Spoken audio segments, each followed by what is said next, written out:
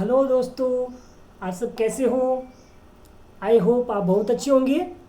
मैं आपको बता दूं, मैं आपका जीएस मेंटर प्रकाश राज आपके अपने यूट्यूब चैनल जीएस अड्डा विद पीसी में आपका हार्दिक अभिनंदन करता हूं, स्वागत करता हूं।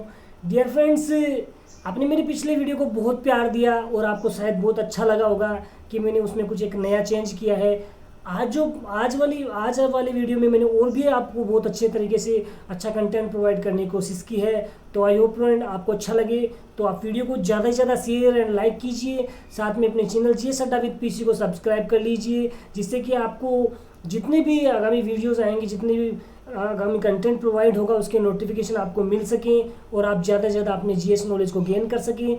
तो फ्रेंड्स, इसी क्रम में अपन आगे बढ़ते हैं अपन जीएस सीरीज 16th को लेकर, और उसके अपन फर्स्ट क्वेश्चन की ओर मूव करते हैं।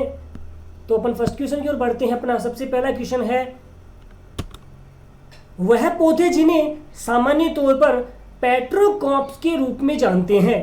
ए कार्बोहाइड्रेट में, ब हाइड्रोकार्बन में, स प्रोटीन में और द हाइड्रोकार्बन व लिपिड में। तो आपको बताना है कि वे कौन से पौधे जिन्हें सामान्य तौर पर हम पेट्रोकार्ब्स कहते हैं। तो डियर फ्रेंड्स, आप कमेंट बॉक्स में मुझे इसका राइट आंसर बताइए। हाँ, बिल्कुल राइट है। ओके, तो इसके राइट आंसर की अपन बात करें फ्रेंड, तो इसका राइट आंसर होगा ऑप्शन द हाइड्रोकार्बन व लिपिड्स। यानी कि लिपिड्स और हाइड्रोकार्बन वे पौधे होते हैं जिन्हें हम पेट्रोकार्ब्स के रूप में जानते हैं। ओके फ्रेंड, बढ़ते हैं नेक्स्ट क्वेश्चन की ओर। प्रकाश संश्लेषी उत्पाद स्थानांतरित होते हैं। ए चलनी नलिका में, चलनी नलिका द्वारा, ब सूक्ष्म नलिकाओं द्वारा, स जाइलम वाहिकाओं द्वारा और द फ्लोएम वाहिकाओं द्वारा। तो आपको बताना है फ्रेंड्स, जो प्रकाश संश्लेषी जो उत्पाद होते हैं वो कहाँ स्थानांतरित या किसके द्वारा स्थानांतरित किए जाते हैं। तो डियर फ्रेंड्स, इसका राइट आंसर होगा ऑप्शन ए चलनी नलिकाओं द्वारा। ओके फ्रेंड, यानी कि चलनी नलिकाएं वे नलिकाएं होती हैं जो प्रकाश संश्लेषी उत्पादों का स्थानांतरण करती हैं। ओके, अपन बात करें जैसे अपन जाइलम और फ्लोएम की बात करें, तो ये दोनों का अपने एक स्पेशल अपना क्राइटेरिया रखते हैं कि जो जाइलम होता है, जाइलम क्या करता है, पौधों को जड़ों से लेकर उसके पत्तियों तक, उसके तने तक खनी उसको सोइप करने का मतलब उस जो जल होता है उसको पहुंचाने का कार्य करता है। जबकि फ्लोएम होते हैं वो जड़ों से लेकर उसके पौधे और पत्तियों तक भोजन और खनिज लवण पहुंचाने का कार्य करते हैं। ओके फ्रेंड, बढ़ते हैं नेक्स्ट क्वेश्चन की ओर। नेक्स्ट क्वेश्चन है, किसके निर्माण में यीस्ट का प्रयोग किया जाता है। ए एसिटिक अम्ल के, ब पनीर के, स दही के और द एथिल एल्कोहल के। तो आपको बताना है फ्रेंड कि यीस्ट का प्रयोग किसके निर्माण में किया जाता है। तो इसका राइट आंसर होगा friend option the ethyl alcohol के निर्माण में। यानी कि यीस्ट का प्रयोग एथिल एल्कोहल के निर्माण में किया जाता है। यानी कि एथिल एल्कोहल बनाने के लिए किसका उपयोग करते हैं, अपन यीस्ट का प्रयोग करते हैं। ओके फ्रेंड, बढ़ते हैं नेक्स्ट क्वेश्चन की ओर। बबल गम में क्या होता है। आपको बताना, जो च्युइंगम होता है, बबल गम होता है, उसमें क्या होता है। स्टाइरिन ब्यूटाडाइन रबड़, ब आइसोब्यूटिलीन आइसोप्रीन रबड़, स एक्रिलोनाइट्राइल ब्यूटाडाइन रबड़ और द थायोकोल रबड़। यानी कि बबल गम में क्या होता है। तो फ्रेंड्स, कमेंट बॉक्स में आप मुझे इसका राइट आंसर कर सकते हैं।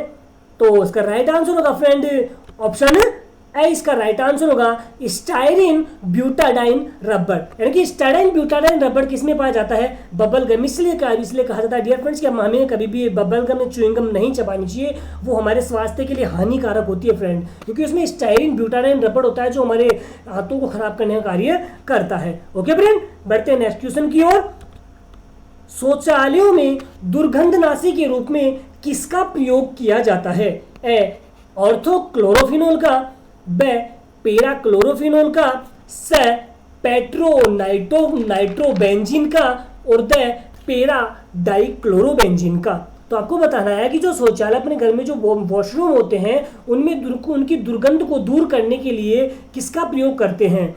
तो फ्रेंड्स, इसका राइट आंसर होगा ऑप्शन ए आर्थोक्लोरोफिनोल का प्रयोग करते हैं। कि आर्थोक्लोरोफिनोल एक ऐसा दुर्गंधनाशी होता है जो हमारे शौचालय के प्रयोग के दौरान जहाँ जो दुर्गंधनाशी कीटाणु होते हैं उनको मारने का कार्य करता है और हमारे शौचालय को बिल्कुल स्वस्थ रखता है। ओके फ्रेंड, बढ़ते हैं नेक्स्ट क्वेश्चन की ओर। नेक्स्ट क्वेश्चन है 6, पौधों और प्राणियों में कार्बोहाइड्रेट किस रूप में संचित रहते हैं? सेल्यूलोज व ग्लूकोज के रूप में, ब स्टार्च व ग्लाइकोजन के रूप में, स स्टार्च व ग्लूकोज के रूप में, द सेल्यूलोज व ग्लाइकोजन के रूप में। तो आपको बताना है कि डियर फ्रेंड्स, पौधों और प्राणियों में जो कार्बोहाइड्रेट्स होते हैं वो किस रूप में संचित होते हैं, यानी कि हमारे भोजन का एक मुख्य अवयव होता है कार्बोहाइड्रेट्स, इस तरह पौधों के लिए भी होता है, प्राणियों दोनों के लिए होता है। तो किस रूप में संचित होते हैं? तो इसका राइट आंसर होगा फ्रेंड ऑप्शन ब स्टार्च व ग्लाइकोजन के रूप में, यानी कि स्टार्च और ग्लाइकोजन के रूप में हमारे शरीर में ये प्रेजेंट होता है और हमारे शरीर को पौष्टिकता प्रदान करता है। ओके फ्रेंड, पौधों और प्राणियों दोनों को। ओके फ्रेंड, बढ़ते हैं नेक्स्ट क्वेश्चन की ओर। गैसोहोल क्या होता है? एथिल अल्कोहल व पेट्रोल, प्राकृतिक गैस व एथिल अल्कोहल, से अल्कोहल में घुलित कोई गैस, और द एथिल अल्कोहल व मिट्टी का तेल। आपको बताना फ्रेंड्स, जो गैसोहोल होता है वो क्या होता है? तो फ्रेंड्स इसका राइट आंसर होगा ऑप्शन ए एथिल अल्कोहल व पेट्रोल, यानी कि गैसोहोल किसका मिश्रण होता है? एथिल अल्कोहल प्लस पेट्रोल का मिश्रण क्या होता है? क्या होता है? गैसोहोल होता है। ओके फ्रेंड, तो फ्रेंड्स आप समझ पा रहे होंगे मेरे द्वारा जो आपको कंटेंट प्रोवाइड करा जा रहा है वो आपको अच्छे से समझ में आ रहा होगा। तो फ्रेंड्स मेरी वीडियो को आप ज़्यादा से ज़्यादा लाइक एंड शेयर कीजिए फ्रेंड, और आप इसकी क्रम में बढ़ते हैं नेक्स्ट क्वेश्चन एट मधुमक्खियों के काटने पर उत्पन्न दर्द किसके कारण होता है? फॉर्मिक एसिड के कारण, ब एसिटिक एसिड के कारण, से लैक्टिक एसिड के कारण, और द सिट्रिक एसिड के कारण। तो आपको बताना है कि जो मधुमक्खी हमारे को काट लेती है तो उसमें जो दर्द जो जलन महसूस होता है किस वजह से होती है? तो फ्रेंड्स इसका राइट आंसर होगा ऑप्शन ए फॉर्मिक एसिड के कारण। ओके फ्रेंड, किसके कारण? फॉर्मिक एसिड के कारण होता है। फॉर्मिक एसिड के उसमें एक विषैला इस प्रकार का जहरीला स्राव अम्ल हमारे शरीर में प्रवेश करा देती है, जिसकी वजह से हमें जलन या दर्द महसूस होती है। तो इसका राइट आंसर हुआ option friend option A formic acid. Okay friend, बढ़ते हैं नेक्स्ट क्वेश्चन की ओर। कृत्रिम कपूर क्या होता है?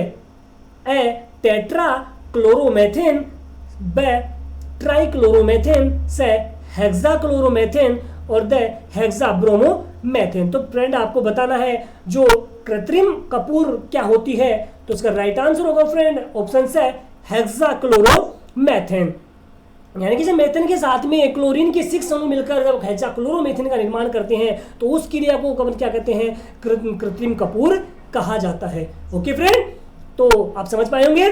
बढ़ते हैं नेक्स्ट क्वेश्चन की ओर। अश्रु गैस का रासायनिक नाम क्या है? ए एसिटोफिनोन, ब बेंजोफिनोन, से अल्फा ब्रोमो एसिटोफिनोन, और द गामा क्लोरो एसिटोफिनोन। तो आपको बताना है जो अश्रु गैस का रासायनिक नाम क्या होता है?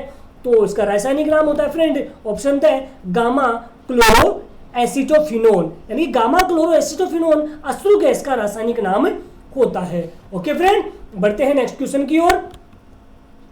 टैल्क जिसे टैल्कम पाउडर बनता है का रासायनिक नाम क्या होता है? कहने का मतलब टैल्कम पाउडर का रासायनिक नाम क्या होता है? ए कैल्शियम सल्फेट, ब मैग्नीशियम सिलिकेट, से सिल्वर नाइट्रेट, और द सोडियम थायोसल्फेट। तो टैल्कम पाउडर का रासायनिक नाम होता है फ्रेंड मैग्नीशियम सिलिकेट। ऑप्शन ब इसका राइट आंसर होगा कि मैग्नीशियम सिलिकेट, यानी कि टैल्क या टैल्कम पाउडर का रासायनिक नाम क्या होता है? Magnesium silicate. तो डियर फ्रेंड्स आप समझ पाए होंगे। बढ़ते हैं नेक्स्ट क्वेश्चन की ओर। इंडेन गैस एक मिश्रण है। आपको बताना है कि इंडेन गैस किन किन का मिश्रण है? ब्यूटेन व हाइड्रोजन का, ब ब्यूटेन व ऑक्सीजन का, से ब्यूटेन व प्रोपेन का, और द मेथेन व ऑक्सीजन का। तो इंडेन गैस किसका मिश्रण है फ्रेंड? तो ब्यूटेन व प्रोपेन का। इसका राइट आंसर होगा ऑप्शन से ब्यूटेन व प्रोपेन का, यानी कि इंडेन गैस ब्यूटेन व प्रोपेन गैस का मिश्रण होती है। ओके फ्रेंड, आप समझ पाए होंगे। बढ़ते हैं नेक्स्ट क्वेश्चन की ओर। साइक्लोट्रॉन किसको त्वरित करने के लिए प्रयुक्त किया जाता है? तो बताना है साइक्लोट्रॉन किसको प्रयुक्त करने के लिए किया जाता है? न्यूट्रॉन को, ब प्रोटॉन को, से परमाणु को, और द आयन का। यानी कि साइक्लोट्रॉन को त्वरित करने के लिए प्रयुक्त किसको किया जाता है? तो इसका राइट आंसर होगा फ्रेंड ऑप्शन ए न्यूट्रॉन को। यानी कि न्यूट्रॉन एक ऐसा एलिमेंट होता है जो साइक्लोट्रॉन को त्वरित करने के लिए प्रयुक्त किया जाता है। बात करें न्यूट्रॉन की तो 1932 में जेम्स चैडविक ने सबसे पहले इसकी खोज की थी और इन्होंने बताया था कि जो न्यूट्रॉन होता है वो हाइड्रोजन के परमाणु भार व प्रोटॉन के परमाणु भार के लगभग क्या होता है, बराबर होता है। ओके फ्रेंड, बात करें प्रोटॉन की तो प्रोटॉन की खोज की थी रदरफोर्ड ने 1919 में, यानी कि 1919 में रदरफोर्ड ने प्रोटॉन की खोज की थी और इन्होंने बताया था कि इसका भार होता है वो हाइड्रोजन के भार के बराबर होता है। ओके फ्रेंड, बढ़ते हैं नेक्स्ट क्वेश्चन की ओर। नेक्स्ट क्वेश्चन है ब्लैक होल का सिद्धांत किसने प्रतिपादित किया था? ए सीवी रमन ने, ब एच जे भाभा ने, स एस चंद्रशेखर ने और द एच खुराना ने। तो बताना है कि ब्लैक होल का सिद्धांत किसने प्रतिपादित किया था। तो फ्रेंड्स इसके राइट आंसर की अपन बात करें तो इसका राइट आंसर होगा ऑप्शन स एस चंद्रशेखर ने, यानी कि वैज्ञानिक एस चंद्रशेखर ने सबसे पहले ब्लैक होल का सिद्धांत प्रतिपादित किया था। और अपन जाने तो इन्होंने खगोल विज्ञान के बारे में भी इन्होंने बताया था, गणितीय धारा जो भौतिकी गणितीय होती है उसके बारे में भी इन्होंने बताया था। ओके फ्रेंड, बात करें सीवी रमन की तो सीवी रमन को रमन इफेक्ट का प्रतिपादक कहा जाता है कि रमन इफेक्ट देने वाले वैज्ञानिक थे सीवी रमन, और इसीलिए इनको उसी रमन इफेक्ट के एवज में इनको नोबेल पुरस्कार मिला था। और इसके अलावा इन्होंने क्रिस्टल की संरचना का अध्ययन भी करने की खोज भी की थी। बात करें एच जे भाभा की तो होमी जहांगीर भाभा ऐसे वैज्ञानिक थे जिन्होंने अंतरिक्ष किरणों की बौछार का सिद्धांत दिया था, यानी कि अंतरिक्ष किरणों की जो बौछार होती है उसके सिद्धांत को प्रतिपादित किन्होंने किया था, एच जे भाभा ने। और इसीलिए इनको भारत में इनको परमाणु ऊर्जा का जनक कहा जाता है, यानी कि परमाणु ऊर्जा का जनक किसे कहते हैं? H J Bhabha, doctor Homi Jehangir Bhabha को। ओके फ्रेंड, बढ़ते हैं तो आप समझ पाए होंगे। बढ़ते हैं नेक्स्ट क्वेश्चन की ओर। पायरोमीटर का प्रयोग किसमें किया जाता है? ए गहराई में, ब आर्द्रता मापने में, स तापक्रम मापने में, द ऊंचाई मापने में।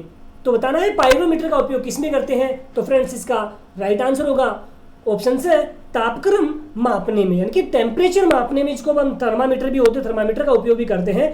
तो टेम्परेचर मापने में किसका उपयोग करते हैं? पायरोमीटर का। बात कर लेते हैं अपन गहराई मापने में, तो गहराई को मापने के लिए अपन फेदोमीटर का उपयोग करते हैं, जिसके द्वारा समुद्र की गहराई मापी जाती है। आर्द्रता मापने के लिए अपन आर्द्रता मापी या हाइग्रोमीटर का उपयोग करते हैं।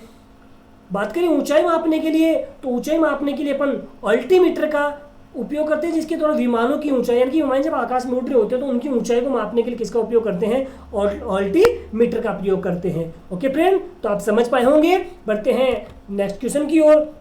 यदि वायुमंडल नहीं हो तो दिन की अवधि पर क्या इफेक्ट होगा? आपको ये बताना है कि जब यार वायुमंडल नहीं होगा तो दिन की अवधि कैसी होगी? ए कम हो जाती है, ब कोई परिवर्तन नहीं होता है, स बढ़ जाती है, द लगभग आधी हो जाती है। तो फ्रेंड आपको बताना है कि वायुमंडल नहीं होगा तो क्या होगा, दिन की अवधि पर क्या प्रभाव पड़ेगा। तो डियर फ्रेंड्स इसका राइट आंसर होगा ऑप्शन ए कम हो जाती है, यानी कि जब वायुमंडल नहीं होगा तो दिन की अवधि क्या होगी? घट जाएगी, कम हो जाती है। ओके फ्रेंड, बढ़ते हैं नेक्स्ट क्वेश्चन की ओर।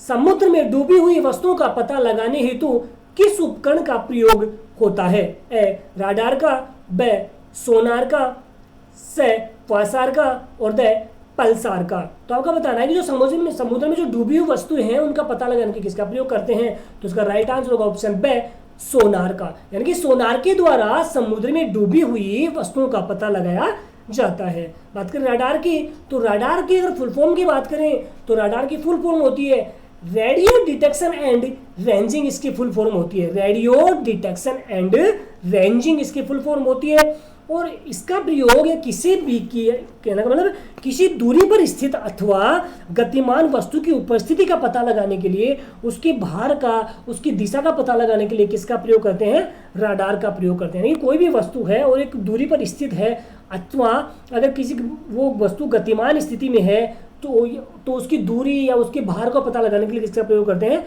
राडार का प्रयोग करते हैं। इसकी फुल फॉर्म होती है रेडियो डिटेक्शन एंड इमेजिंग, इसकी फुल फॉर्म होती है, सॉरी रेंजिंग इसकी फुल फॉर्म होती है। ओके फ्रेंड, बढ़ते हैं नेक्स्ट क्वेश्चन की ओर। मानव में बैक्टीरिया के संक्रमण का सबसे आम इलाज क्या है? एस्पिरिन, ब एंटीबॉडी, से एंटीबायोटिक्स और द जन, यानी कि बैक्टीरिया के संक्रमण का आम इलाज क्या है? तो इसका राइट आंसर होगा ऑप्शन से एंटीबायोटिक्स, यानी कि एंटीबायोटिक्स के जरिए हम बैक्टीरिया के संक्रमण को आसानी से दूर कर सकते हैं।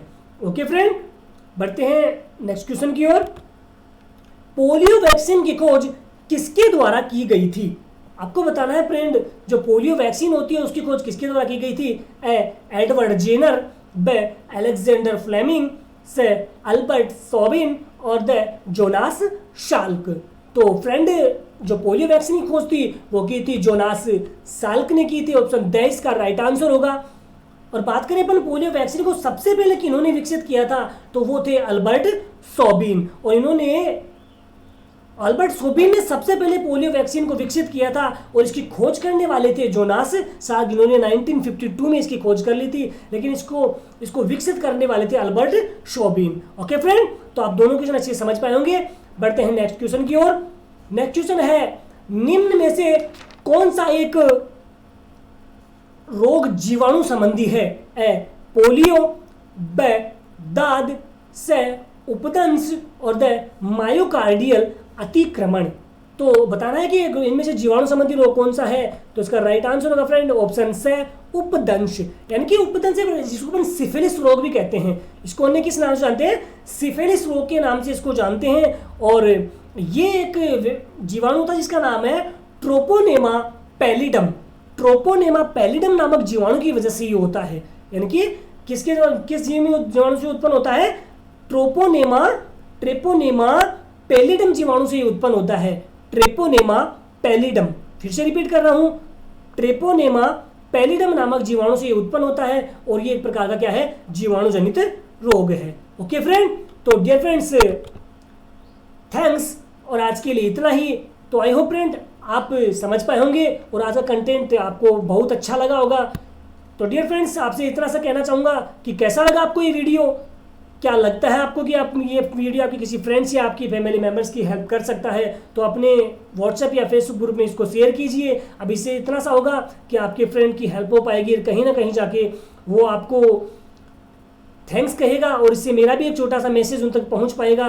तो दोस्तों, कैसा लगा ये वीडियो आप कमेंट बॉक्स में मुझे मैसेज करके अवश्य बताना। और साथ में मेरे चैनल जीएस अड्डा विद पीसी को लाइक एंड शेयर करना, और साथ में सब्सक्राइब करना और बेल आइकन को प्रेस करना नहीं भूलना, और जिससे कि आपको जितने भी आगामी जो सीरीज़ की वीडियोज आएंगे उनके नोटिफिकेशन मिल सके और आप अपने जीएस नॉलेज को बढ़ा सकें। तो धन्यवाद फ्रेंड्स, आज के लिए इतना ही। जय हिंद, जय भारत।